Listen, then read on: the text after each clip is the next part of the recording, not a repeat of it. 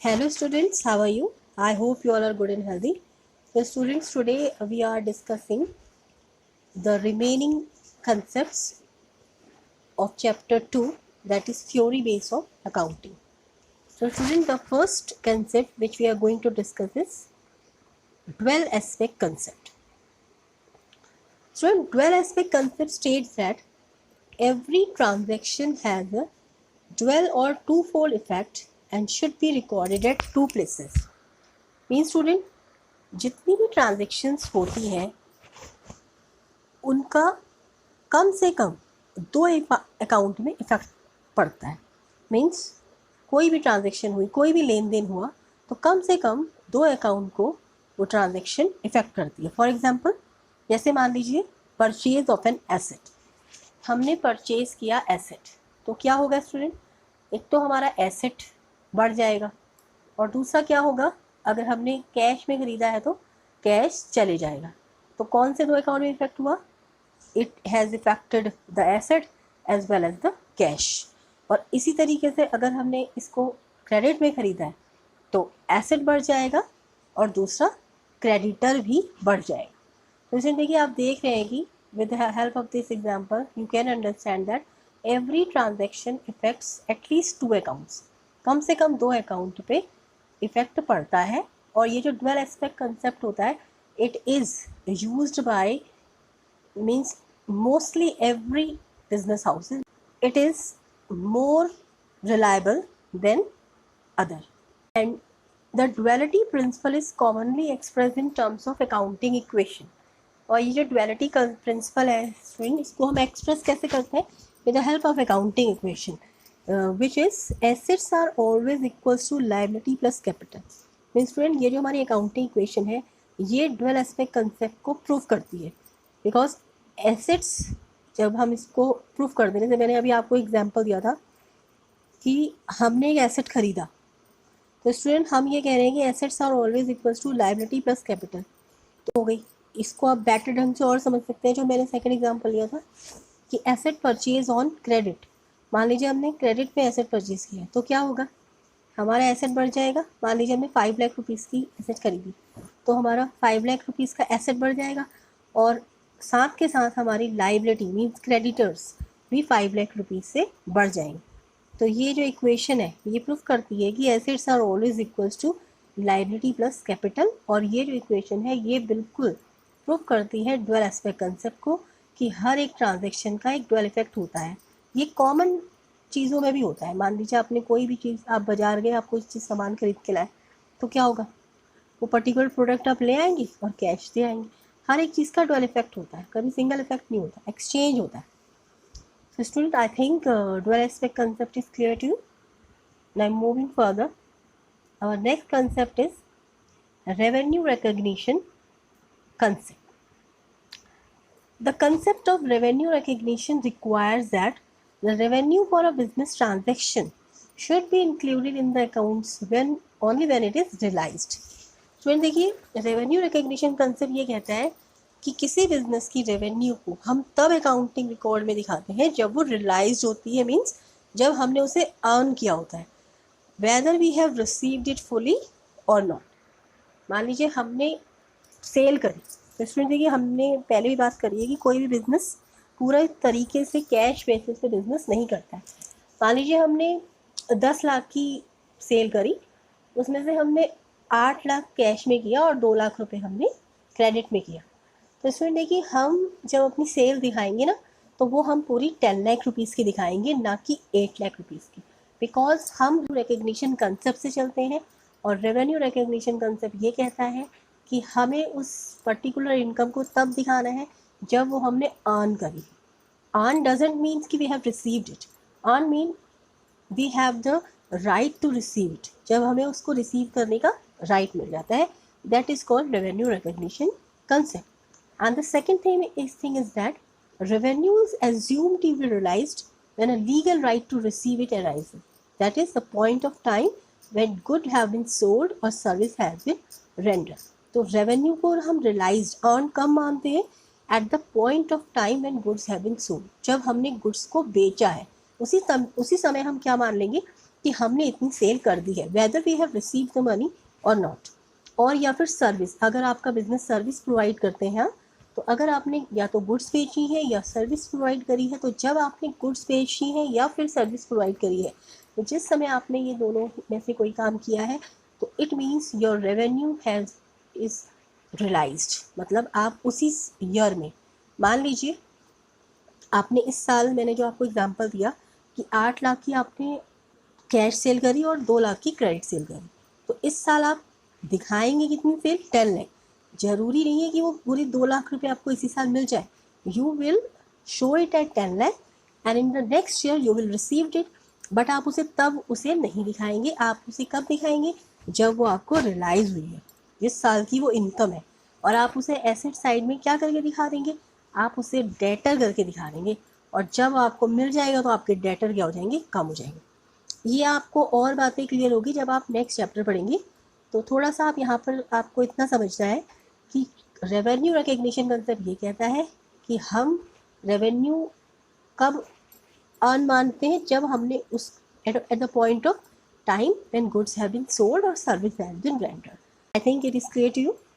Now moving further, our next concept is matching concept.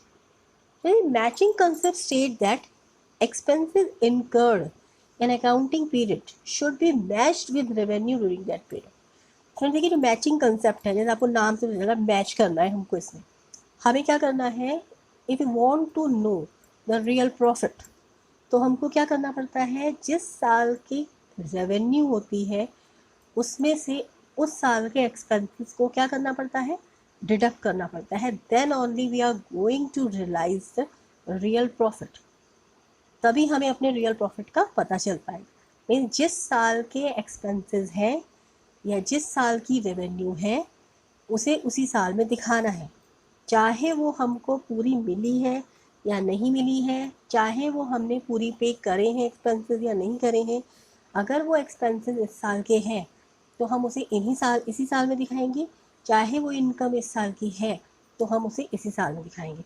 Means revenue be matched with the expenses of that period. It implies that all revenue earned during an accounting year, whether received during the year or not, and all costs incurred, whether paid during the year or not, should be taken into account while ascertaining profit or loss for that year. इसका मतलब मैंने अभी आपको समझा ही दिया है कि हम जो रेवेन्यू है उसे हम उसी साल के एक्सपेंसेस को उससे क्यों मैच करते हैं, because we want to know the actual profit. For example student, जैसे मान लीजिए जो हम सैलरी पे करते हैं, हम सैलरी कैसे पे करते हैं, इस मंथ की सैलरी नेक्स्ट मंथ पे करते हैं, इस तरीके से चलता है। जैसे ये क्या चल रहा है, अगस्त चल रहा है, अगस्त की सैलरी कब मिलेगी, सितंबर में, सितंबर की कब मिलेगी, अक्टूबर में, इसी तरह से कैरी ऑन रहता है। तो स्टूडेंट देखिए जब मार्च आएगा तो मार्च की सैलरी वैसे मिलेगी कब, अप्रैल। लेकिन जब हम अपने मार्च में, जब अपने 31 मार्च को हम बुक क्लोज करेंगे ना, तो हम क्या करेंगे, हम उसे outstanding salary, outstanding mean which is due but not paid. Outstanding अगर हम एक्सपेंस की बात करें तो what does it mean, which is due but not paid. तो हम उसे क्या करके दिखाएंगे, 11 मंथ्स की तो हम पेड सैलरी दिखाएंगे और 1 मंथ की स्टूडेंट हमें क्या दिखाएंगे, आउटस्टैंडिंग सैलरी। मतलब हम पूरे 12 महीने की सैलरी दिखाएंगे, whether we have paid it और not, because we want to know the actual profit. Otherwise हमें स्टूडेंट्स एक्चुअल प्रॉफिट कभी भी नहीं पता चल पाएगा इस साल में, क्योंकि जिस हमने क्या करा है कि आपको पता है कि अकाउंटिंग पीरियड कंसेप्ट के अकॉर्डिंग हमने क्या किया है, उसको पूरी लाइफ होती है, उसे ईयर्स में बांटा हुआ है। तो अगर हम ईयर वाइज परफॉर्मेंस देखना चाहें तो हमें हर एक एक्सपेंस, हर एक इनकम ईयरली डिवाइड हमें करना पड़ेगा। मतलब हर एक साल का, चाहे वो हमने पे किया है या नहीं किया है, चाहे वो हमें रिसीव हुई है या नहीं हुई है, जिस साल की इनकम है हमें उसी साल में उसे शो करना पड़ेगा।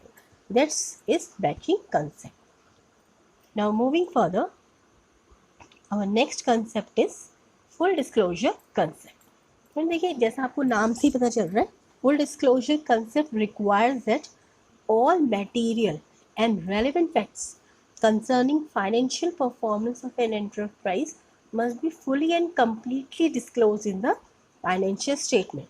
फुल डिस्क्लोजर कंसेप्ट ये कहता है कि हर एक मटेरियल, मतलब जो जरूरी फैक्ट्स हैं जो भी फाइनेंशियल परफॉर्मेंस को इफेक्ट कर रहे हैं, वो सारे के सारे जो भी फैक्ट्स हैं वो हमें क्या करने चाहिए, डिस्क्लोज करने चाहिए अपने फाइनेंशियल स्टेटमेंट में। कुछ भी ऐसा जो फाइनेंशियल मैटर्स हुए हैं उनको हमें इग्नोर नहीं करना है, मतलब everything should be clear, everything should be recorded, कोई भी किसी चीज़ को हमें स्किप नहीं करना है।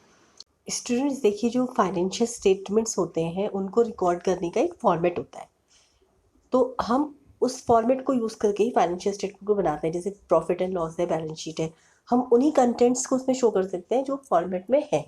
तो मान लीजिए अगर हम कोई और चीज़ दिखाना चाहते हैं, एक मटेरियल फैक्ट है, जैसे मान लीजिए हमारा एक कोर्ट केस पेंडिंग है, बहुत हमें एक अमाउंट मिलने वाला है, हम मतलब कोर्ट केस जीत भी सकते हैं नहीं भी जीत सकते हैं, लेकिन we want to show it, तो हमें क्या करना पड़ेगा, वी हम उसे ऊपर फॉर्मेट में तो उसके लिए जगह है नहीं, तो हम क्या कर सकते हैं, उसे नीचे फुट नोट पर उसे शो कर सकते हैं, because we want to show the clear picture to the interested users.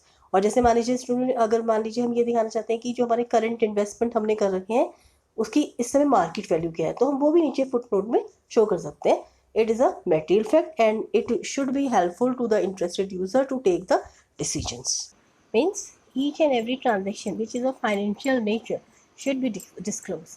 Then only the aim of doing accounting will be means completed. Otherwise हम जो हमारा एम है, हम अकाउंटिंग क्यों करते हैं, because we want to know the actual profit and the actual financial position. तो अगर हम फुल डिस्क्लोजर नहीं करेंगे, कोई भी फाइनेंशियल ट्रांजेक्शन रह जाएगी, तो क्या होगा, हमें अपना एक्चुअल प्रॉफिट नहीं पता चल पाएगा, हमें एक्चुअल फाइनेंशियल कंडीशन मतलब एसेट्स और लायबिलिटीज़ की क्या फाइनेंशियल कंडीशन है वो हमको पता नहीं चल पाएगी। तो full disclosure concept should be opted. तो देखिए, हम ये इंटरेस्टेड यूजर्स के बारे में हर एक लेक्चर में डिस्कस करते हैं कि the accounting is done for the interested user, whether they are external user and और इंटरनल यूजर, मतलब हम दोनों के लिए ही अकाउंटिंग करते हैं। तो जो अकाउंटिंग का जो मेन एम है वो क्या है कि ये जो हमारे जो जैसे इन्वेस्टर, लेंडर, सप्लायर, मैनेजमेंट है, इनको वो नेसेसरी डाटा मिल पाए जिसकी हेल्प से अपने फाइनेंशियल डिसीजंस ले पाए। तो इसके लिए हमें क्या करना पड़ेगा, हमें क्लियर फुल डिटेल बना के इन लोगों को प्रोवाइड करनी पड़ेगी, then only they are able to do their take their decision. Consistency concept,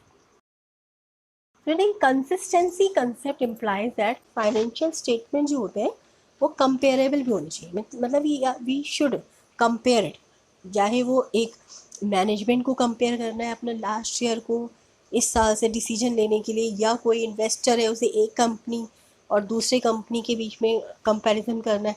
तो उसमें जैसे जो किसी भी 2 साल के डाटा को हम कब कंपेयर कर सकते हैं, जब वो एक ही तरीके से बने हो, mean the method we use for making the statement should be same, then only we can compare them, otherwise not. तो इसमें देखिए, हम किन 2 चीज़ों को कंपेयर कर सकते हैं जो सेम हो, अलग अलग चीज़ों को हम कंपेयर नहीं कर सकते हैं। तो कंसिस्टी कंसेप्ट ये कहता है कि the same method should be used. The consistency concept implies that accounting policies and practices followed by enterprise should be uniform and consistent over a period of time. So, जिससे हम उन्हें कंपेयर कर पाए और जिससे हमें अपनी कमियां और खूबियों का भी पता चल पाए। And second point is consistency eliminates personal bias and helps in achieving results that are comparable. और consistency से क्या होता है कि personal bias means जो अकाउंटेंट है ही शुड नॉट यूज़ कि भाई मुझे ये लग रहा है कि ये सही रहेगा, नहीं, the method which is followed by them should be followed every year so that the result should be comparable. मतलब आप एक बात तो दिमाग में बैठा लीजिए कि हम कोई भी 2 चीज़ों को अगर हमें कंपेयर करना है तो हम उनको कंपेयर कर सकते हैं जो 2 एक जैसी चीज़ें होती हैं, हम अलग अलग चीज़ को कभी भी कंपेयर नहीं कर सकते। मान लीजिए आपने लास्ट ईयर कोई और मेथड, जैसे किसी किसी चीज़ में क्या होता है कि अकाउंटिंग करने में हमें चॉइस मिलती है, जैसे फॉर एग्जांपल हमें डेप्रिसिएशन लगाने में चॉइस मिलती है कि whether we should use straight line. तो एसेट्स क्या होती हैं, बाय रेगुलर यूज़ वो डिस्पोज होती है, मतलब उनकी जो वैल्यू है उसमें कमी आती है। तो वहाँ पर हमारे पास 2 चॉइस होती है कि हम 2 मेथड्स हमें गिवन होते हैं, तो वहाँ पर हमारे पास चॉइस है कि भाई हम पहला वाला मेथड यूज़ कर रहे हैं या दूसरा। तो अगर हमने पिछली बार वो मेथड यूज़ किया है, so we should use the same method, then only we can compare the results. तो consistency concept is very useful. Now the next concept is conservative concept. तो देखिए, the concept of conservative requires that profit should not be recorded until realized, but all losses, even those which may have a remote possibility, are to be provided for in the books of account. तो concept ये कहता है कि हमें profit को तब तक record नहीं करना चाहिए जब तक कि वो अराइज ना हो जाए, लेकिन अगर कोई लॉस होने वाला है, थोड़ी सी भी पॉसिबिलिटी है, तो हमें उसे ज़रूर रिकॉर्ड करना चाहिए, जिससे हमें बिजनेस रन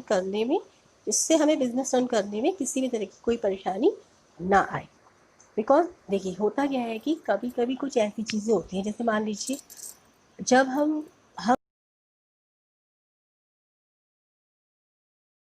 गुड्स को उधार में बेचते हैं, तो क्या होता है कि बहुत सारे जो हमारे जो उनको हम डेटर कहते हैं, ये हम पहले पढ़ चुके हैं, जिनको हम गुड्स उधार में बेचते हैं, दैट आर अवर डेटर्स। तो इसमें हमें पता है कि हम अपने पिछले रिकॉर्ड से हमें पता है कि हमारे कुछ जो डेटर है वो हमारा पैसा नहीं देते हैं। तो इसमें देखिए, हमें पता है कि ये एक ऐसा लॉस है जो हमें राइज होता है हर बार। तो अगर हम उसे रिकॉर्ड नहीं करेंगे तो क्या होगा, हमें लॉस हो जाएगा। तो अगर हम उस लॉस से बचना चाहते हैं तो हमें पहले से ही क्या करना पड़ेगा, एक प्रोविजन करके चलना पड़ेगा कि भाई हाँ, हमारे कुछ डेटर हमारा पैसा नहीं देते, अदरवाइज़ हमें उस समय जो लॉस होगा तो उसको हम डील नहीं कर पाएंगे या हमें डील करने में परेशानी होगी। और उसमें देखिए, अगर हमें कोई प्रॉफिट होने वाला है, जैसे मान लीजिए कोई कोर्ट केस चल रहा है, अब एक पॉसिबिलिटी है कि आप उसे जीत भी सकते हैं और नहीं भी जीत सकते हैं, तो अभी आप उसे रिकॉर्ड नहीं कर सकते, बिकॉज क्या पता आपको उसमें जीत मिले या नहीं मिले। जीत मिलेगी देन वेल एंड गुड, नहीं मिली तो अगर हमने पहले से अपनी इनकम बढ़ा दी तो कंजर्वेटिव कंसेप्ट जो होता है ना student, is based on the policy of playing safe. मतलब कंजर्वेटिव कंसेप्ट जो होता है वो इस पॉलिसी से चलता है कि सेफ गेम प्ले करना, मतलब जितने भी एंटिसिपेटेड लॉसेज हैं, जो होने वाले लॉसेज हैं, जो हो चुके हैं वो तो हम दिखाएंगे ही, उसमें तो कोई डाउट ही नहीं। हम किन की बात कर रहे हैं, जो हो सकते हैं इन फ्यूचर में। तो ऐसे losses which may arise in future, we have to show it, we have to record it. और ये हमें कैसे पता चलता है, अपने पास्ट के रिकॉर्ड देख के, पास्ट की एंट्रीज देख के ये हमें पता चल जाता है कि ये हमें इस साल भी ये लॉस उठाना पड़ सकता है। तो कंजर्वेटिव कंसेप्ट बिल्कुल सेफ गेम प्ले करता है कि जो भी एंटिसिपेटेड लॉसेज हैं उनको तो रिकॉर्ड करता है, लेकिन जो एंटिसिपेटेड प्रॉफिट्स होते हैं उन्हें रिकॉर्ड नहीं कर सकता, उन्हें इग्नोर करते हैं। अगर होंगे तब रिकॉर्ड करेंगे तो बहुत अच्छी बातें हो जाती हैं, और अगर प्रॉफिट नहीं होते हैं तो उस समय हम क्या करेंगे, अगर हमने उसे पहले ही रिकॉर्ड कर दिया और प्रॉफिट नहीं हुआ हमें बाई चांस। तो इसीलिए कंजर्वेटिव कंसेप्ट बिल्कुल सेफ गेम प्ले करते हुए यूज होता है। तो friend, this is conservative concept. Now moving further, our next concept is materiality concept.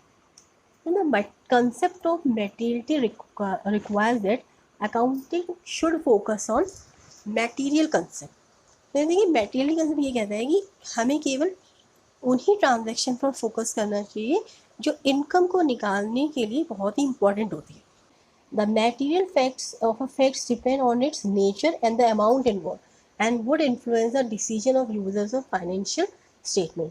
अब मैटेरियलिटी फैक्ट किस पे डिपेंड करता है कि उसकी नेचर क्या है, कैपिटल नेचर का है या रेवेन्यू नेचर का है, उसमें अमाउंट कितनी इन्वॉल्व हुई है, या और फिर उसको उसकी मतलब उसकी वजह से जो इंटरेस्टेड यूज़र्स हैं उनको जो डिसीजन ले रहे हैं उनमें कोई इन्फ्लुएंस पड़ रहा है या नहीं पड़ रहा।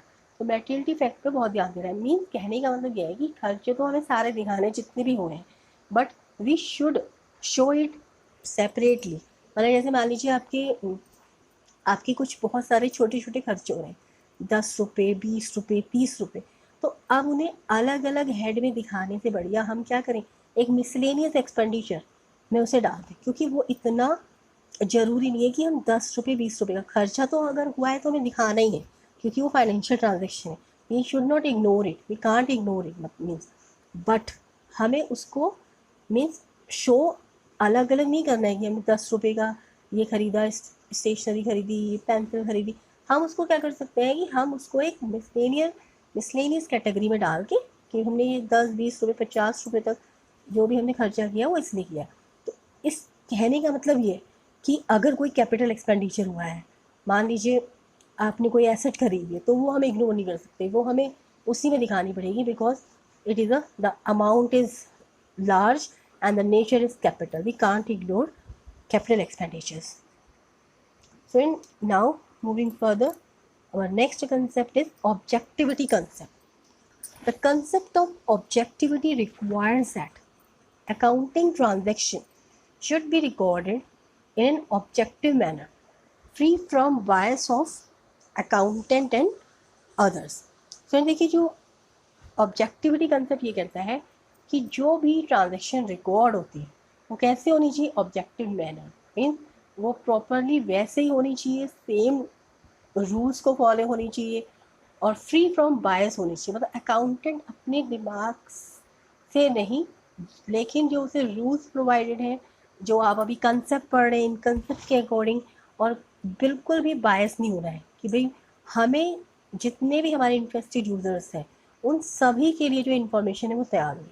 तो we should not bias upon it, कि मतलब हमें हर एक इंटरेस्टेड यूज़र का ध्यान देना है, भाई मैनेजमेंट भी अपना डिसीजन ले सके, इन्वेस्टर भी ले सके और क्रेडिटर भी ले सके, मतलब जितने भी हमारे इंटरेस्टेड यूज़र्स हैं वो सभी अपने डिसीजन ले सके, उसको कहीं पर भी बायस नहीं होना है।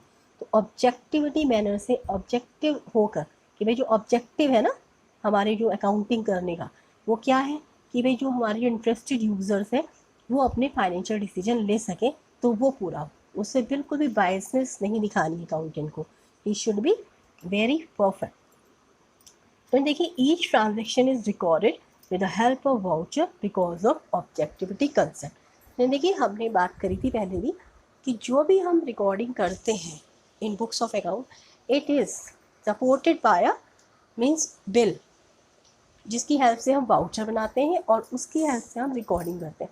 मतलब अगर कभी भी हमें देखना है कि ये जो पर्टिकुलर ट्रांजैक्शन है ये कब हुई, कितने अमाउंट की हुई, किस से हुई, मतलब उसका जो मतलब अगर हमने परचेज़ करी तो सेलर कौन है, तो हम ये सारी बातें जान सकें। वो हमें कैसे पता चलेगा, by with the help of bill. मतलब कोई भी ऐसी चीज़ नहीं है जो विदाउट वाउचर रिकॉर्ड हो जाए। तो ये क्या कहता है, ये ऑब्जेक्टिविटी कंसेप्ट कहता है कि each and every transaction recorded with the help of voucher so that we can means verified of. हमें जब भी वेरीफाई करना है, जैसे मान लीजिए हम अपने अकाउंट्स बना देते हैं ना, तो उसके बाद अगर जो सीए जो चार्टर्ड अकाउंटेंट्स होते हैं या ऑडिटर होते हैं वो क्या करते हैं, वो वेरीफाई करते हैं कि whether the accounts of that particular company और business house is means right or wrong, means they have uses same concepts, same rules, and they have entered each and every item correctly or not, they verified। तो वो कैसे verify करेंगे, क्योंकि देखिए सारी चीज़ें याद नहीं रहती, हर चीज़ कोई बता नहीं सकता, with the help of voucher. और वाउचर कैसे बनता है, with the help of bill, invoice. अगर आपने कैश ट्रांजेक्शन करी है तो कैश में वो मिल जाएगा, अदरवाइज बिल मिलेगा, तो उसकी हेल्प से जो होते हैं वाउचर तैयार हो सकते हैं। I think objectivity concept is clear to you, so I hope the concept is clear to you. Thank you for watching the video.